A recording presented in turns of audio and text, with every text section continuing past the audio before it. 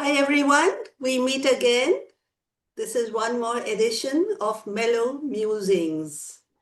We love to muse and we are quite mellow, musing time and again. For the uninitiated, I must tell you what Mellow Musings is all about.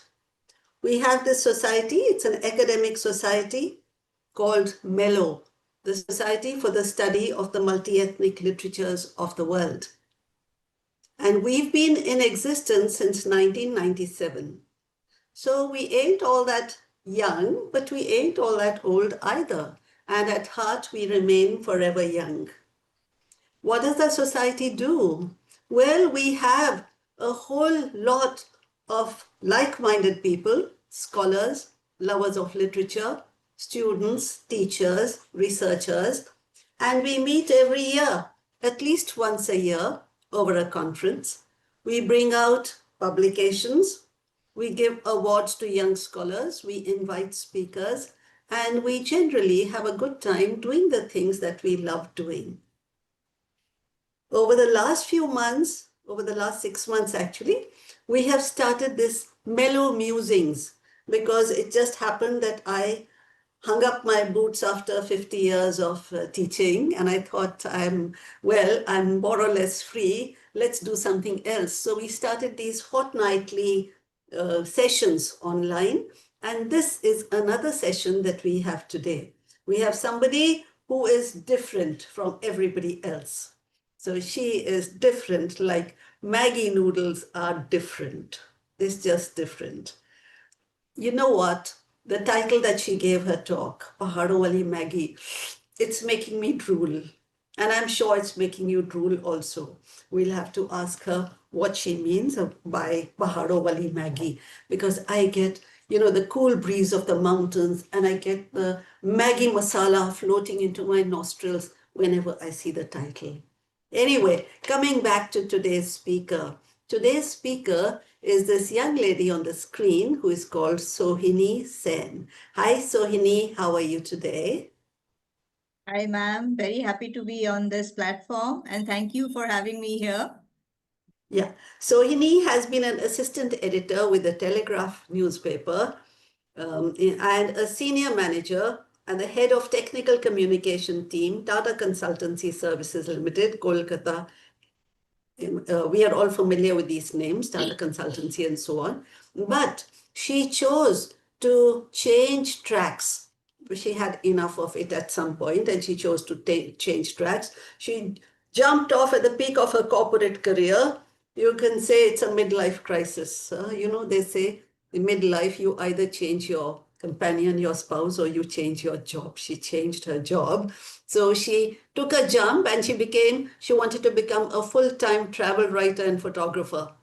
Instead of chasing deadlines, she now gets chased by camera-shy yaks. Wow.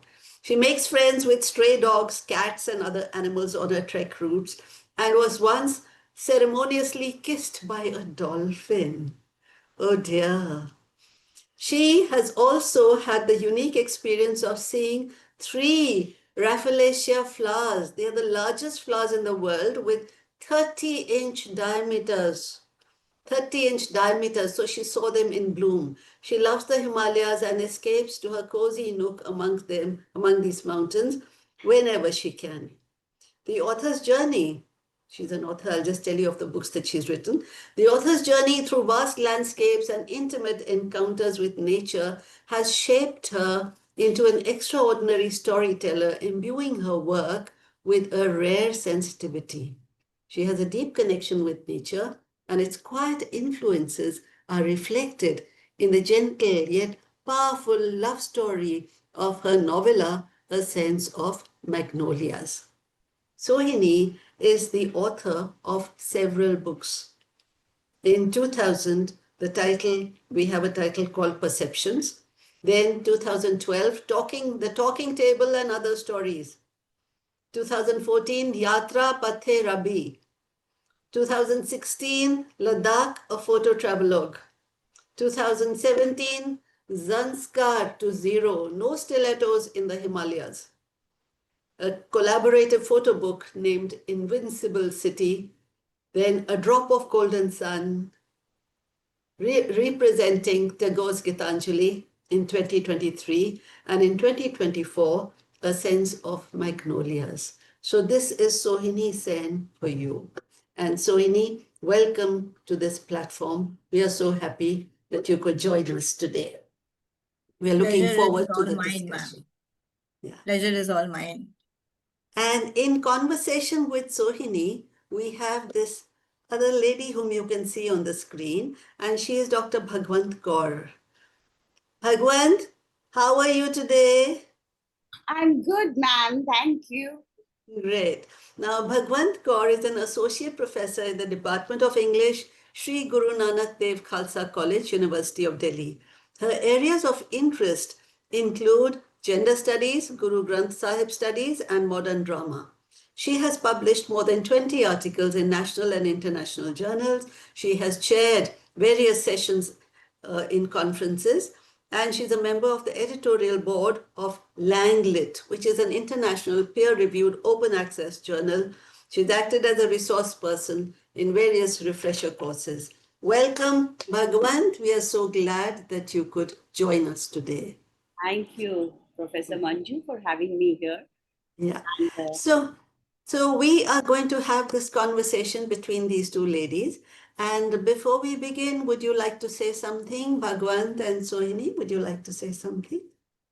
only that I'm very glad that I'm here, and especially with you and Sohini Sen, who happens to be a good friend as well.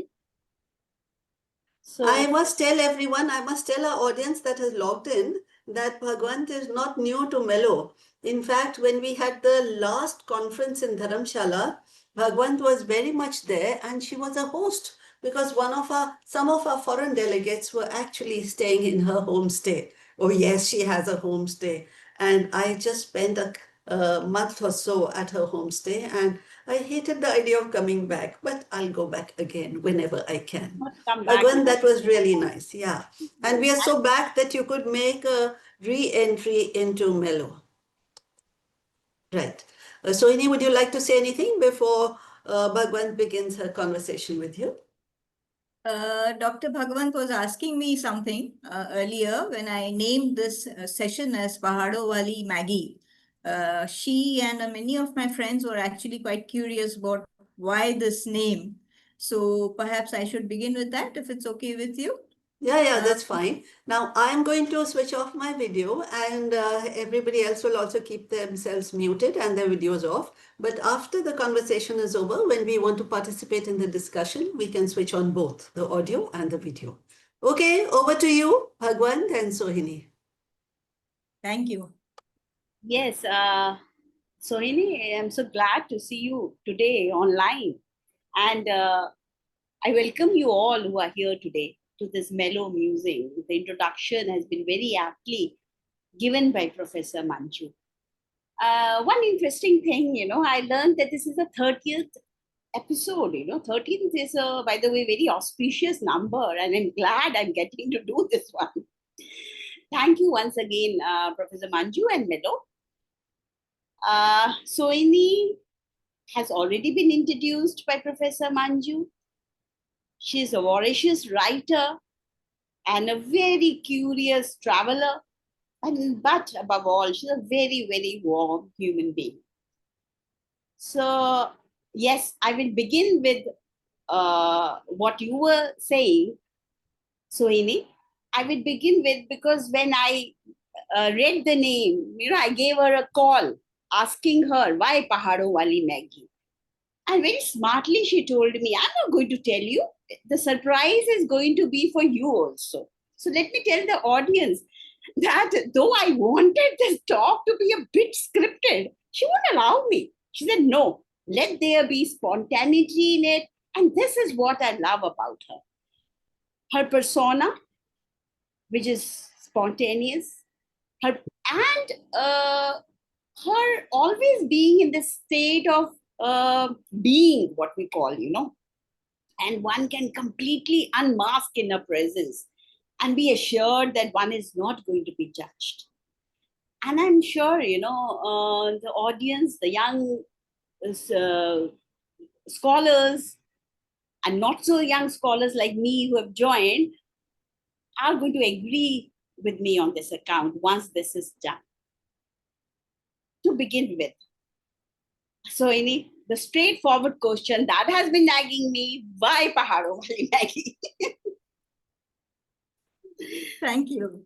Thank you. I wanted you to bring up this question first because since I started living in Himachal, which is about 2 years now, though I have not lived there consistently in my home, maybe 2.5 kilometers from Dharamshala, and my only home actually, not a second home, as some people have very jealously asked me. So when I started living there, and we used to have these narrow roads leading to my house, and very often, I think I first saw it at Naddi Viewpoint, this particular stall with the banner which said Pahado Wali Maggi. So I stopped there for a while and I wondered what was special about this, Maggi on the mountains. Because Maggi is Maggi everywhere, isn't it? And then I came up with this whole banners everywhere, everywhere they've started saying Pahado Wali Maggi, it catches on. I would like to interrupt myself here for a minute and request Mello, maybe they should consider getting paid for this free publicity for Maggi. Maybe we should get in touch with them and help us sponsor some of our future sessions. Just an idea that I'm floating here. But I gave it some thought. I kept looking at the banner, I kept meeting it everywhere, and I gave it some thought. And I said that probably that is my life. Because, I have most of my life, actually 3/4 of my life, I think I have spent in boiling water. And it's filled with noodle strands which are all entwined and entangled and practically not going anywhere. Never mind, trying to sort them out into some kind of a linear direction. I have not lived my life with the checklist of, education, then career, then marriage, then kids, then etc., etc., old age home, finally, I suppose. I've avoided all of that. So it has not been linear. So I can jolly well say that I am that bowl of Maggie. And very often I have been a cold, soggy mess. But as the decades passed and I realized that things weren't going to get much better than this, that this is what life is, I realized that I could enrich my life. For that fragrance, add a bit of chopped fresh coriander leaves, maybe add some color with beets and beans and carrots, and maybe a bunch of peas for some wholeness. And then I could actually offer this bowl, the kintsugi bowl actually is what I would also like to think of my life as. I could offer this kintsugi bowl uh, to others, to another and all others, as something that gives warmth and sustenance. So that is me, Pahado Wali Maggi. Now, till now, I've only talked about the Maggi part of it. Now, why Pahado Wali? I also realize that even when you are ready to offer warmth and sustenance and love and affection to people, they may not be ready. Especially in urban spaces, Maggi is very ordinary. You have it you cook it in 2 minutes, you have it in 2 minutes, and that's it. You can you can just offer and then people just consume it in 2 minutes and move on. So I realized that Maggie is very different when you are on a lonely trek on the mountain and you're cold and you're sort of lost and then you don't know whether you're going to reach your destination at all and there are no shops nearby, no, tea shacks. And then you come across this one tea shack which offers you hot Maggie, and that has a different value altogether. So if my timing is right, I'm going to reach out to people when they need warmth, when they need sustenance, and I should have the discernment actually to make out when they need something and when they do not. So that is why I wanted to call this Pahado Wali Maggie. Such beautiful thoughts. No wonder, you have such admirers all around you, Sohini. And yes, as I No, told no, you, no, no. I I have was one in not. front of me. I see. I began my talk with saying that above all, she's a very warm person. Now, moving on, again, my curious mind wanted to know, you have worked as Professor Manju rightly introduced you. You were at your peak of your career, these are the places, Telegraph newspaper or Tata Consultancy Services today, working as a senior manager, head of technical communication team. These are some titles, one would die for. And yet, here is Sohini, who would rather chase or talk to stray dogs and cats and go to yachts. And she gave everything up, and changed tracks. I know that is not an easy thing to do. Trust me, I know this. My question, were you scared doing it? Did you pause, ask yourself, am I doing the right thing? What if it doesn't work? What if I were to fall ill tomorrow? Because all of us who have written or who are authors know that one cannot sustain on writing. And were there people, your friends, your family, your acquaintances, your colleagues, who came and told you what a fool you are? Over to you, Sohini. I My would love boss to. did. Okay. My boss did that. He threatened me saying that you're quitting your job, which is a well-paying job at TCS. And what if you live till 90? You're going to be a pauper and you'll have no money to pay for your treatments.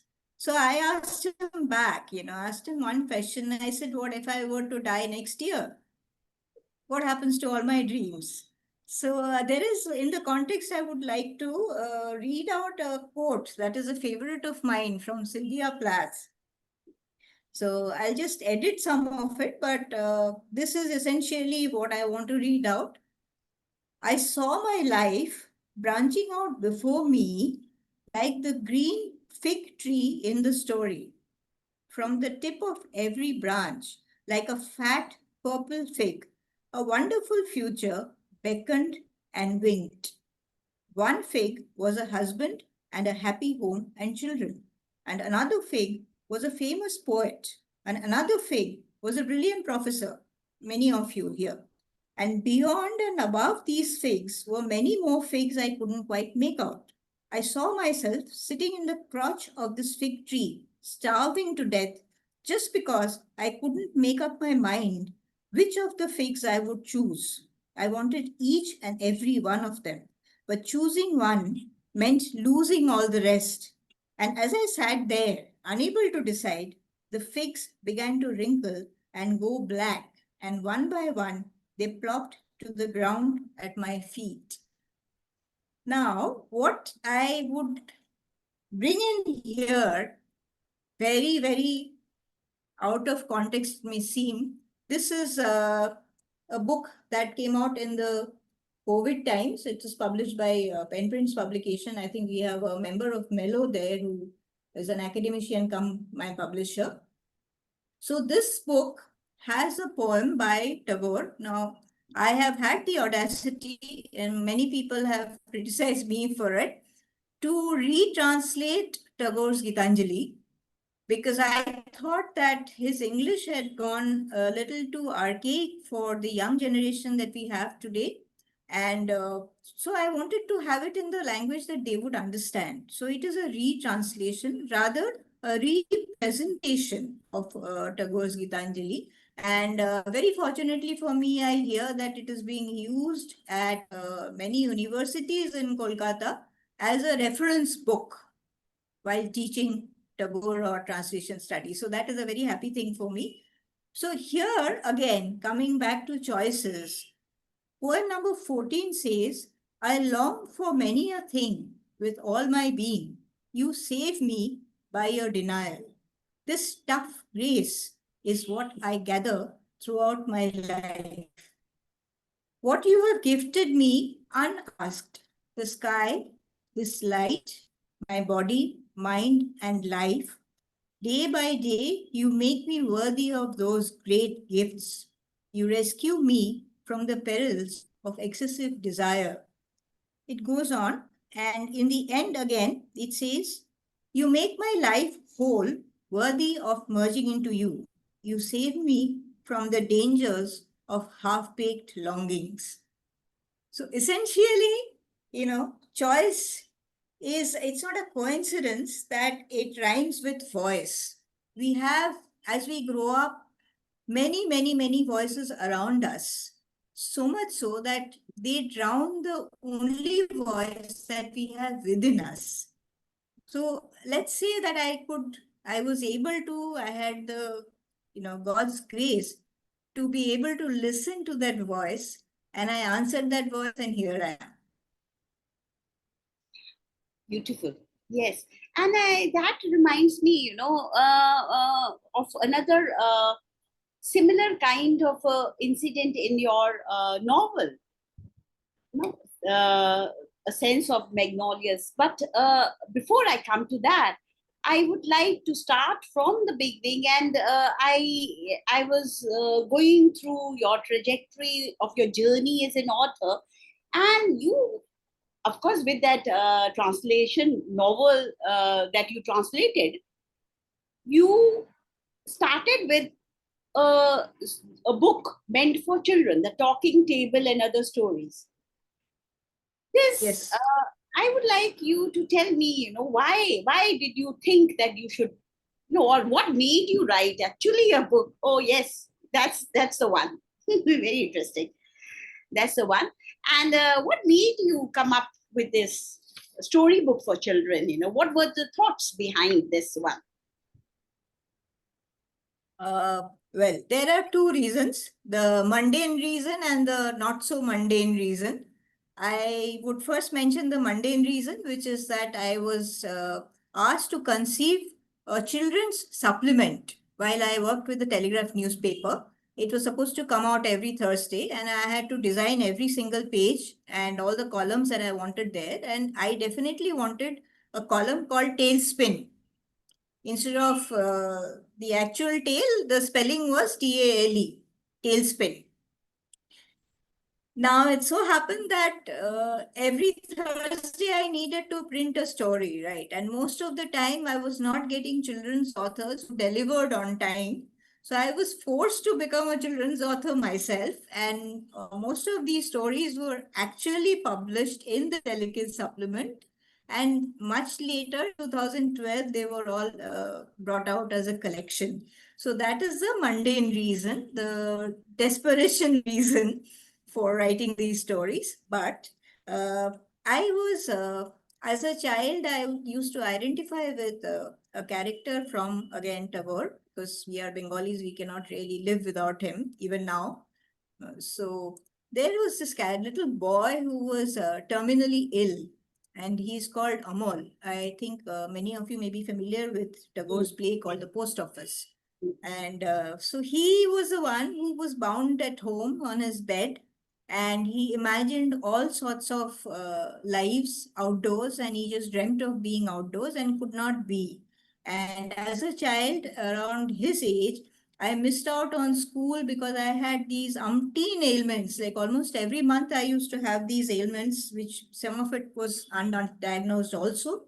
And then I would, identify with Amol, and then I had to spend my time reading.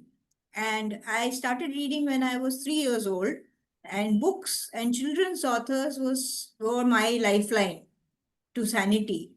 And so when I grew up, the immediate idea was that I should pay tribute to them, to all the children's authors who shaped me as a child, kept me comforted, and made me who I am today. So essentially, that is how this first collection came into being.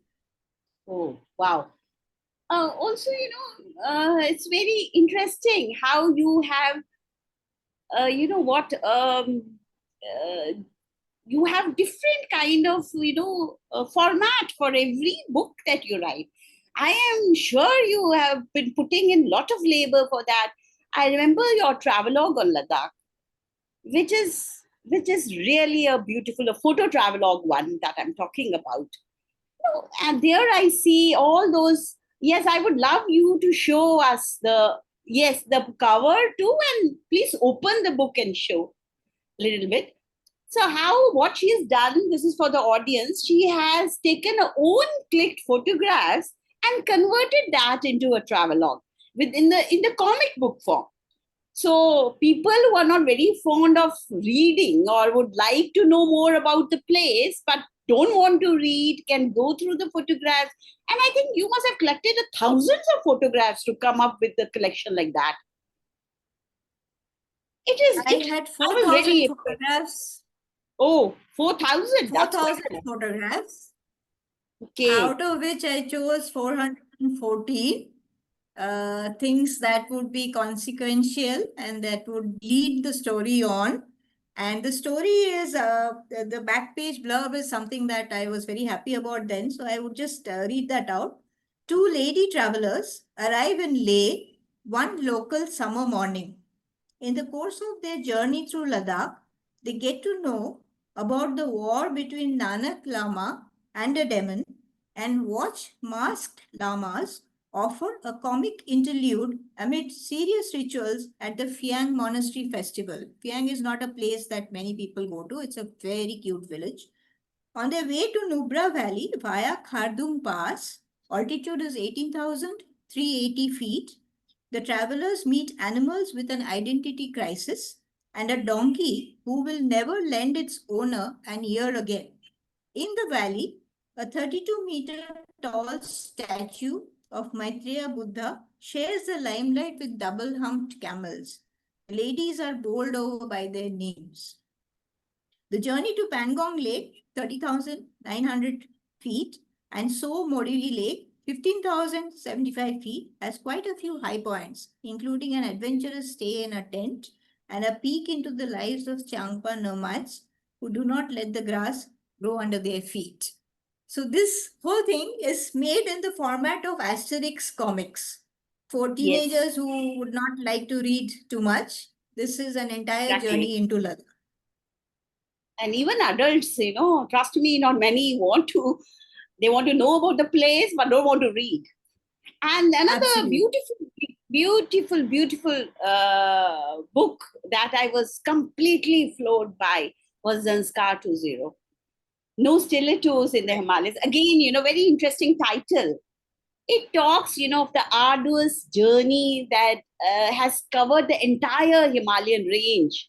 I think, as you mentioned it, it took you 10 years and 10,000 kilometers. This is the figure. I hope I get it right. In that you have mentioned in the book. And actually, Sohini, I got goosebumps, the few places of how difficult this journey might have been. But coming from literature, to me, it was also an inward journey. It reminded me of the heart of darkness. And mountains, they say, is a place where one can hope to find oneself. We're going to talk about that, but with your permission, you must allow me to do this. So, can I read a small passage from the prologue of Zanskar 20? Absolutely. Absolutely. This begins with this, and yes, by the way, it's got, again, very beautiful photography. I hope all of you lay hands on this book. This is a beautiful book. Prologue, it begins like, we could always go back. At least that is what we tell ourselves. Do the places we have not done yet. Walk around Mount Kailash, Mansarovar, pause a little on Kala Pathar to gaze at Mount Everest, the highest peak in the world. If the cash does not last, I'm most certain it will not. We could go back to stay forever. At the cold yet sunny Darkot village, maybe, its deserted 100-year-old houses, still proudly bearing exquisite wood carvings on their door frames, rent ourselves a small cottage, grow our own vegetables, take turns about going uphill every day to the small grocery shop for bread, take turns for the winding steps past the Ramlila grounds and the little temple complex are steep and many, and our knees rusted. Then it I'm just giving a passage and then coming again. For that, this is very interesting. For that is what it has been. A late in life love affair with a ruggedly handsome, temperamental young man. It helped that my friend Sumita and I fell in love with the same man. In the last 10 years or more, we have trailed him doggedly, not on Facebook or Twitter, but in the open, in and out of the northern edges of this country. From the Zanskar Valley in Ladakh, through Himachal Pradesh, Uttarakhand, Nepal, Sikkim, Bengal, and Bhutan, to zero in Arunachal Pradesh. He has been indifferent, unaware of our existence even. Born of Tumultuous union of two vast land masses and one of the youngest of its kind in the world, he is violent at times, unpredictable always. He is the Himalayas. And hold on, just a small passage that ends the prologue, which again is very beautiful and very close to my heart. Our souls loved the essence, but the bodies fought hard to keep up. We had been frightfully cold, seriously unwell, or just plain awfully dehydrated and hungry. But every time we retired to the plains to lick our wounds, we realized how happy we had been up there. As Ibn Battuta said, traveling leaves you speechless, then turns you into a storyteller. Thus, this story, our story, now inexorably intertwined with the fine silken threads of all that we have read and the coarse yak hair strands of a colorful narrative, oral narrative that has always belonged to the mountains and is, like the mountains, growing, changing, alive. It's beautiful. So now I want you to comment about your journey, how you undertook it, what courage it must have given you to really undertake that journey. Thank you. That was a beautifully read passage. I don't think I could have done it more justice. But the journey, if you have noticed also, began with looking outward. So when I wrote The Talking Table and Other Stories, my whole intention was that it was payback time, and I wanted to be as good a children's author and comfort as many children as possible, like the children's authors had comforted me. So it was essentially an act for others, and I was also looking outward. The next book that came into being was a Bengali one. I'll not really touch upon it deeply because most of my audience may not get it, but it was a book of Tagore quotes with my travel photographs. And the Tagore quotes are in his own handwriting. Some of them he translated himself.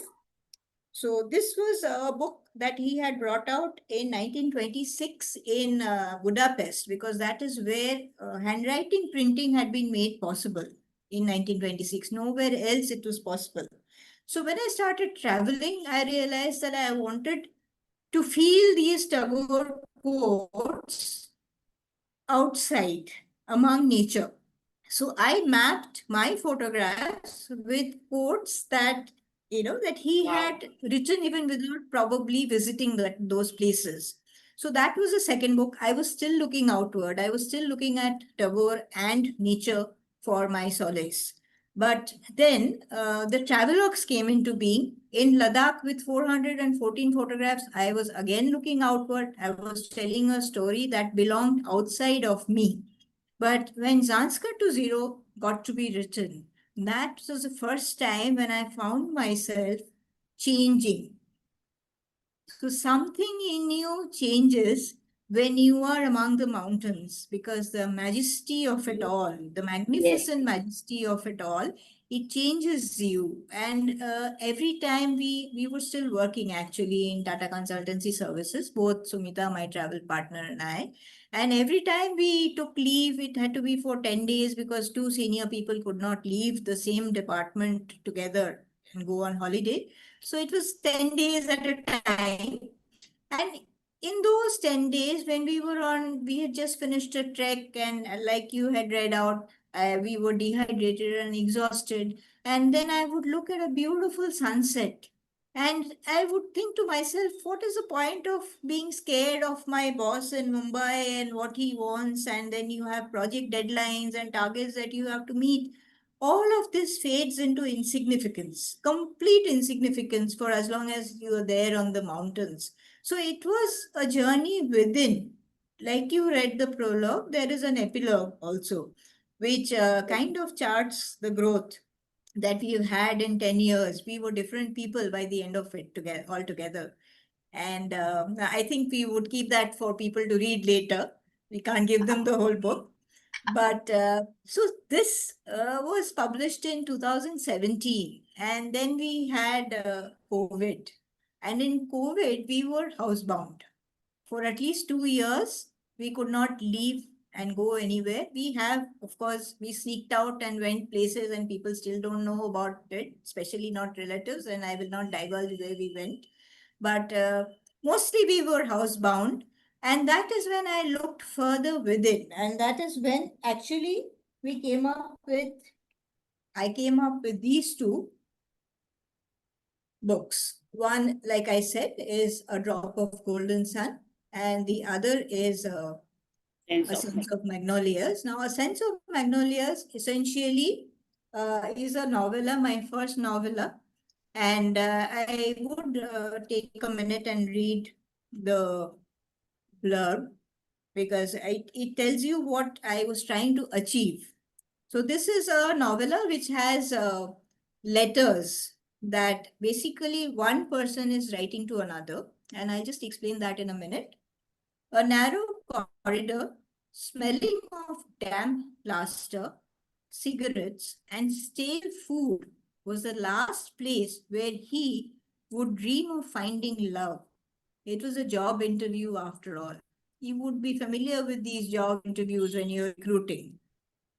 Yet, his lasting memories from that morning were of her complexion, like the flowers on his magnolia tree, her hauntingly beautiful eyes filled with pain, her longing for the Himalayas, and an email ID that did not reveal her name.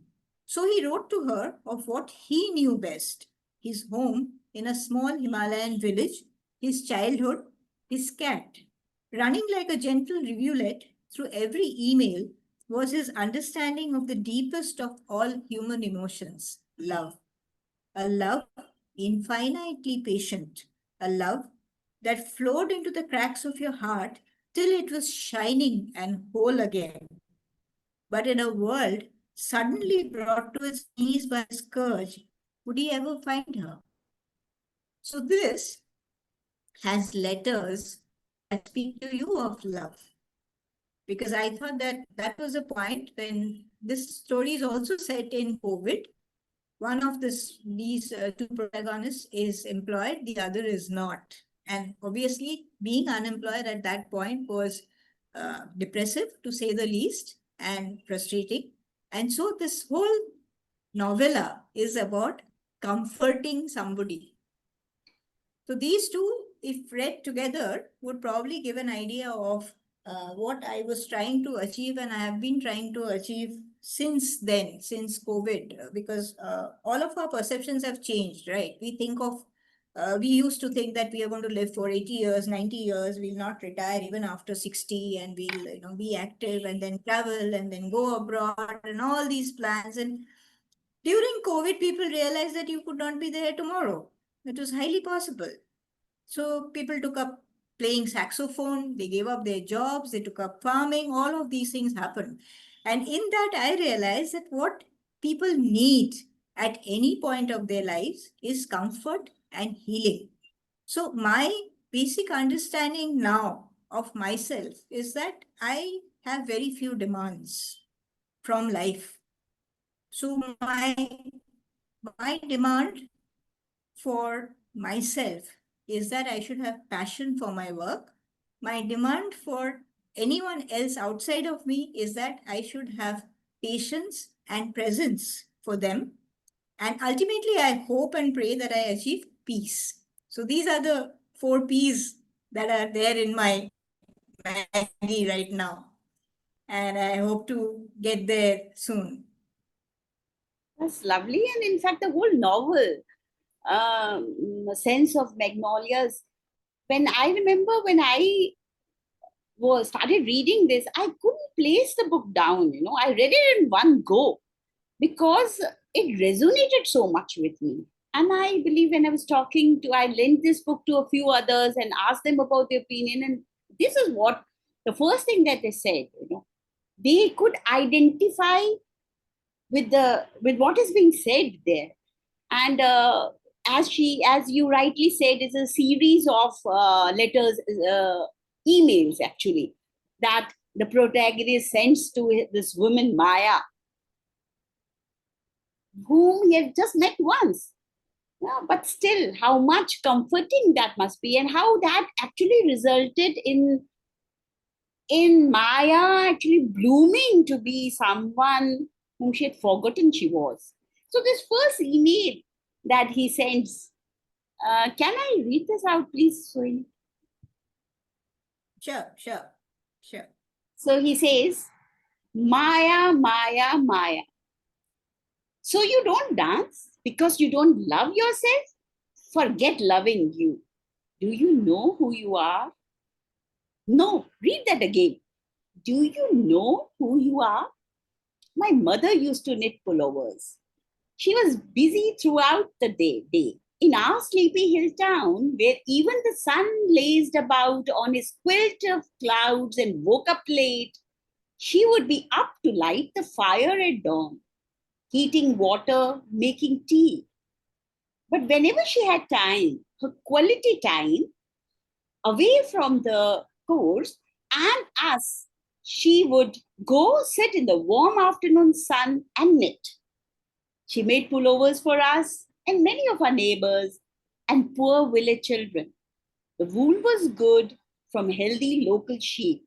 It came dyed in bright colors. I got the leftover wool, short bits that you would have no use for. I would tie these together in knots, red after blue, after yellow, after green, after deep gray, after black, until I had a long string, all colors of the rainbow and more. I made up all kinds of games with it. When I tied it to the slated roof and dropped it down to the balcony, it was the beanstalk from Jack and the Beanstalk. But no, you get the idea. Children have fertile, creative minds. Very rarely do we carry it to our adulthood. When I wasn't playing with the string, Manji insisted I roll it up in a ball and not leave it lying around for her or father to trip over. I had picked up an oval stone from the river. I would wind the multicolored, multi-knotted wool round and round that pebble until no one could tell there was a pebble inside the wool. It was my secret pebble. Yourself is that pebble.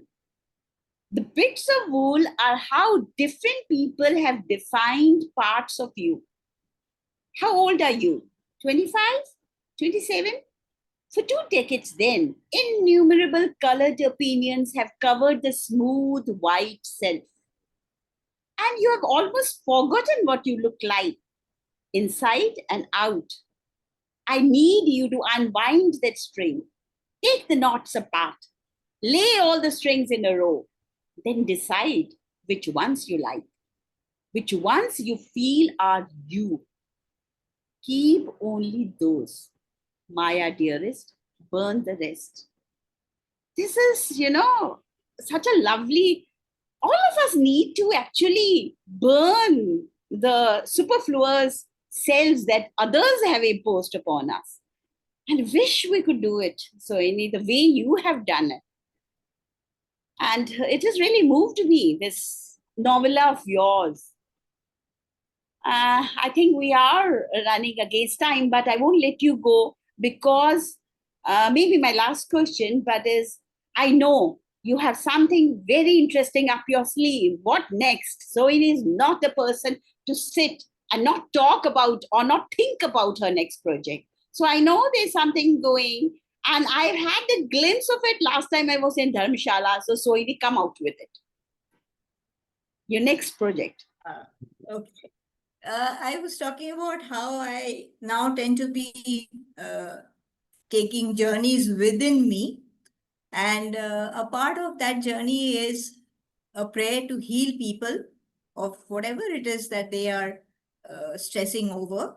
So my current book, it has been accepted for publishing, and I hope to work on it together with the publisher soon as I, get the time after this talk. I was postponing it a bit. I have to learn Adobe InDesign all over again because the layout needs my attention also. I'll tell you the reason why. You do know it, but for the others, I have used a story this time for let's say young adults, and anyone who's young at heart, which I think most of us are.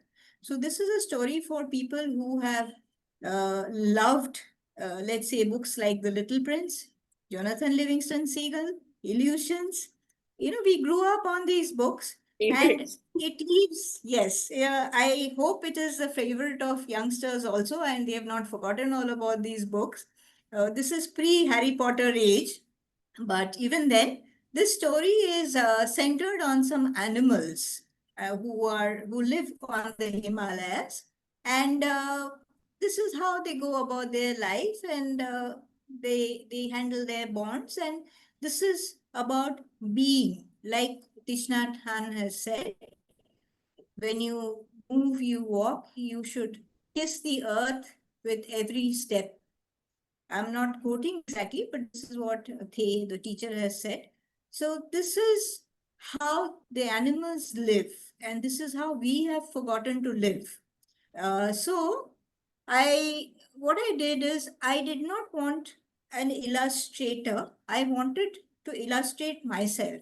And since I am not so good at painting or drawing stuff, I used a novel method. I don't think an adult book has, first of all, pictures, because that is what quite a few people have told me. We would love to have pictures in our books, but then people think that adults don't need pictures. So I'm trying to break that mold and use collages. So I'm just going to show you, give you a sneak peek on two of the collages. There are some 44, I think, but obviously can't show you all of them. So this is one. It may look like one single image, but at least even in this portion of the sky, if I count, I'm sure there are some 25 to 30 pieces of paper. Here, same with the lake, it has another 20, 30 pieces of paper. This whole green patch is made up of more than 20 small pieces. And here itself, the flowers are one patch, the grass is one patch, and this bit this is supposed to be a cherry tree in blossom. This bit is made of molding clay. So this is one collage, and this is another one. Again, you can see that the sky has many pieces, but even the wolf here, this is supposed to be a wolf. The wolf itself has, I think, 6 or 7 bits, and same with the llama's clothes. So the idea here is that adults should also have an immersive experience. And these are lessons. I would not call it lessons, because the minute I say lessons, especially academicians, you would think of courses and lesson plans and all that. It's not like that. Lessons are fun here. Things that we learn from life, things that we have forgotten, things that the animals can teach us. So this is a nice little fiction, which I should not have the audacity to compare, but for lack of any other example, I would say we had a very famous author. Bengalis know about her, like they cannot not know about her. She was called Leela Majumdar, and she had written books which I could read as an 8-year-old and enjoy, and I have read as a 40-year-old and enjoy it deeper, because there are these sub levels of text which literature people must be teaching every day in classes. So there are these sub levels here in this story also. You can read it like a simple story of animals living on the Himalayas, or they may seem like people you know. You may even be one of those people. So that is the story. I hope to bring it out by maybe another 2-3 months, and then I can come back and share. So there's another Alice in Wonderland coming up, Possibly. So great. We'll be Let's looking see. forward to that. Sohini, and I'm sure all of the audience, my listeners, our listeners, would be very eager to lay their hands on that. And it was not very apparent or very clear on Zoom. I don't know about others, but I couldn't say. But it's a treat watching these, because I had the good fortune of looking at these collages. They are a work of art in themselves. They're so beautifully done. Thank you. And maybe she doesn't want to tell you, but I will divulge a little secret, Some places, for example, for when she wants to show some flowers or something, she even use chili flakes there. And this is so beautiful. So, Sohini, thank you so much. It was, I think we already exceeded the time, because generally some time is left for interaction. I'm sorry, Manju ma'am, we have crossed the limit. We'll keep it in No, that's perfectly okay. We were enjoying it, and you could carry on for another 20 minutes if you wish. But we would like the audience to interact with the day's speaker. So those who wish to ask a question or make an observation, please switch on your videos and come onto the screen. You know, what you are doing, Sohini, is really a labor of love. You can't do it without the Essentially. passion that you have. Yeah. Once I was talking to some artists who do animations, and I'm talking about some years ago. So animations, you make those little pictures, and in every picture you make a little change and so on. It's not like that time AI was not there, but there was so much hard work involved in it, so much of painstaking effort, that I was quite taken aback. And what you are doing is again something that is very amazing, especially in today's time when all of us are caught up in the rat race all the time. Okay, so people who are We in have the to beat background. AI, Yeah, We have to beat AI. So I'm doing things that AI cannot still do. True. That's very true. yeah. Okay, so people in the audience, please switch on your videos and come onto the screen so that Sohini and Bhagwant can see you all, so that you can interact with them if you wish to. Yes. Any observations? Let me see. Surbhi, you already met Surbhi in the beginning of the session. And this is Roshan. Roshan is one of our office bearers in Mellow. And Ishtiaq is one of the youngsters who is in our volunteers group. And he's the one who makes those very nice posters. And come on, I want more people coming onto the screen. Roshan, would you have anything to say at this point? Sure, ma'am. Am I audible? Oh, yes. Yes. You are. Sohini, it was such a delight to listen to you. And Bhagwan, it was such a nicely synchronized conversation, extremely inspiring. And what made me, really think about what you've been doing is that particular that turning point, when you've been there at Zanskar and you turn inward. Now this transformation, in fact, is there for good, because I think because I love abstract thinking and I love to explore the inner realm. I love, mysticality, mysticism, and the rest of that. Sohini, if you possibly could probe deeper into your inner experiences, because I think I find your trajectory deeply spiritual and mystically motivating. Yes. Actually, sir, the point here is that I realized all positive voices across religions, across philosophies are aligned. Because when I went to Zero, it's a very remote village in Arunachal Pradesh, I was told by the local guide that every tree, every stone there has a spirit inside. And they always ask, they always pray to these stones and trees for any kind of direction that they need. And this is also echoed in the touchwood or knockwood theory, which is, of course, again from the West. When they say knockwood or they say touchwood, they mean actually knocking on the door of that spirit and asking for help and protection. So that is why we say touchwood. And I was recently reading the Shiva Purana, where they were explaining some of it is, of course, said by rishis, and some of it is supposed to be said by Shiva himself. Now, we don't want to question that. I was just reading the book, and there was a distinction between Chara Lingam, like this is talking about Shiva Lingams, and there is a Okay. distinction between Chara Lingam and Sthanu Lingam. Chara is mobile, and Yeah. sthanu is that which does not move. It is in one place, one sthana.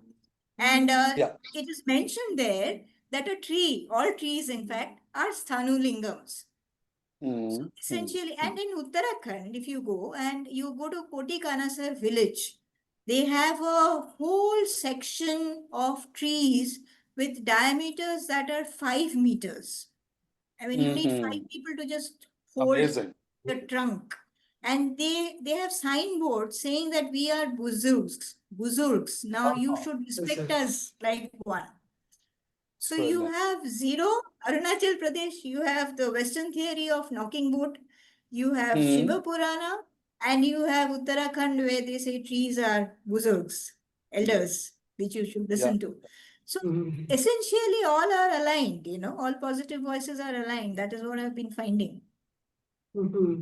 Brilliant. Brilliant. Absolutely. Thank you. Anybody else who would like to make an observation? Ask a question? We have another young scholar here on the screen, Saurav Shandal. Would you like to add something, Saurav? Thank you, ma'am, for this wonderful talk. I really enjoyed the talk, and it was You. nice listening to you. Thank you so much, ma'am. Where are you? Thank Where you. have you logged in from?